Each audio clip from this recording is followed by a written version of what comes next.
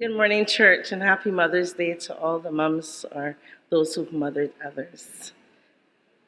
At the age of 25, I thought I had all the love in the world. I was ready to start my own family. And I was ready, Mommy had taught me everything. She had loved me. I knew how to cook. It was everything I thought I had down pat.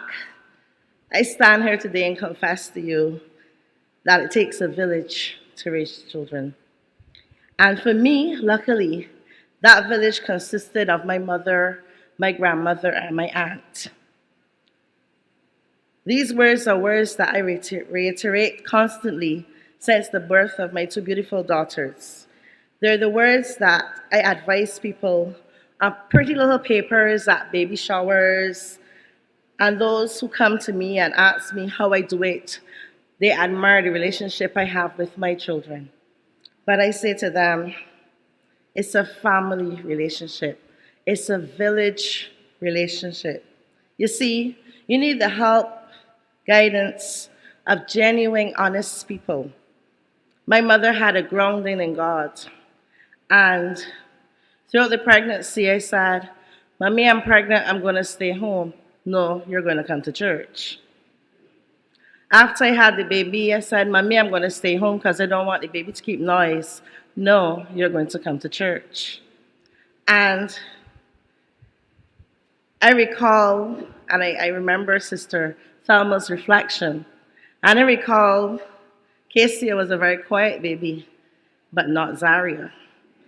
Zaria would dance throughout the church, run around the poles, and I would sit there and say, Zaria, come.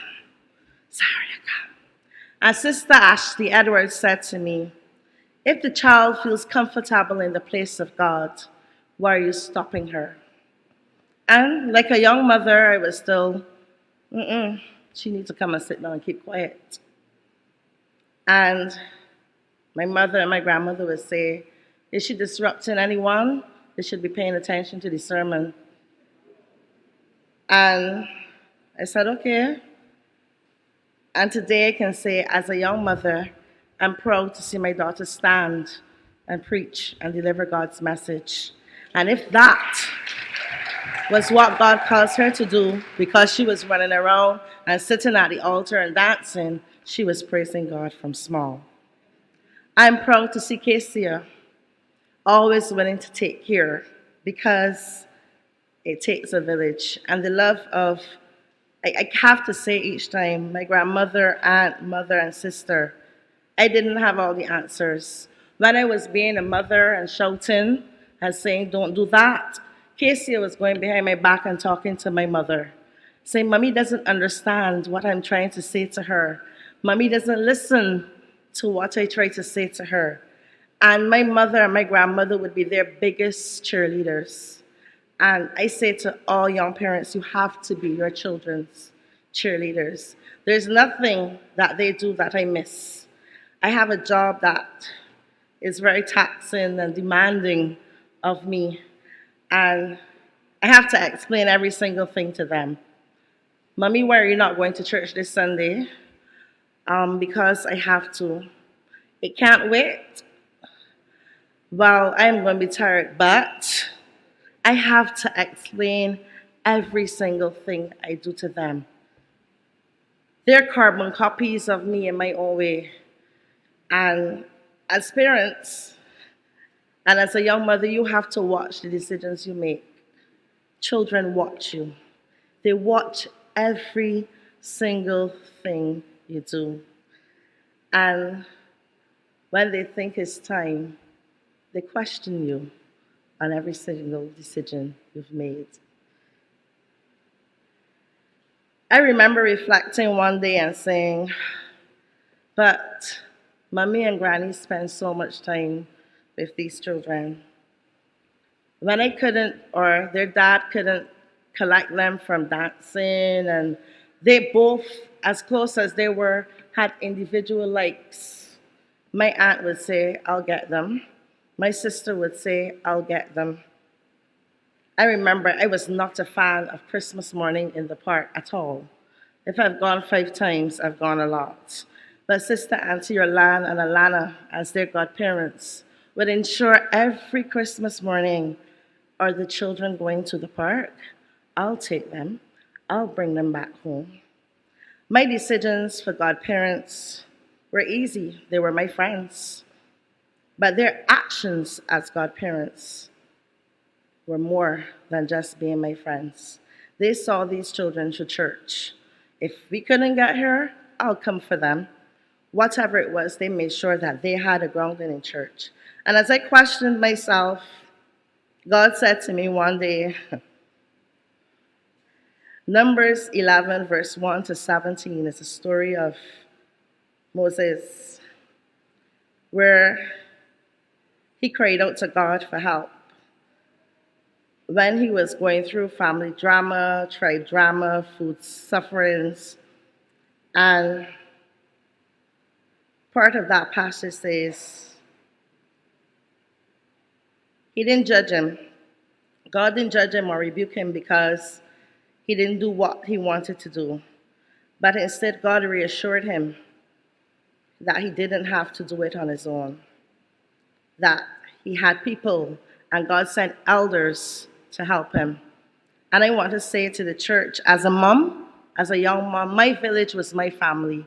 My village today is still my family. When I still question things, my grandmother reminds me of my ripe age of 18 and what I was doing at 18. And I wanted to be outside and I wanted to party, but I could do those things because they were convinced and they were comfortable that I had a grounding in God, that I was standing on the promises of God, that I knew God, and my decisions, even if when I come to hard situations, that I would go back to what God would say or do. And my children are that today. And I can stand here saying that I'm proud. I've never had to go to the school for my children. Never. Casey is in sixth form, Zara is in full form. But even if you have to, or if you have a child that you had to, I want to say to you, watch your actions. Watch how you love. Watch how you listen. Make sure you have a secure village around you. That village could be someone that you didn't think that was telling you the right thing when you were wrong. That village could be a Sunday school teacher. That village could be a school teacher. That village could be the janitor. Because throughout my children's life, there was no one that was afraid to come and say to me, Casey was playing by herself today. You sure she okay? And I would say, Casey, why were you playing by yourself today? And she said, Mommy, I just wanted to spend quality time by myself. And I remembered I was worried. And I went home and I said, Mommy, Casey was playing by herself. A whole school of 700 children, because they went to Charles F. Boone with a big roll. She can't find nobody to play with. And she said, sometimes the best person to spend time with is yourself. So I say, as a young mother, my children have grown with me. They question me, and maybe that's a good thing because they keep me intact. I have every decision I make, I know they're watching, and I have to say to them, the reason I did A is because of.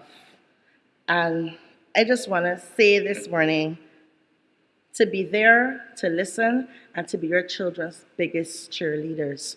Once you have their back, they're not worried. Give them a foundation of God. Give them the stories of God. That was one of the things my mother instilled in my sister and I, and we have put it down to our children. She would always say, they did it to Jesus, who are you? They betrayed Jesus, who are you? They lied on him, who are you? And those stories that you come up in church with are a great foundation for raising children. Thank you.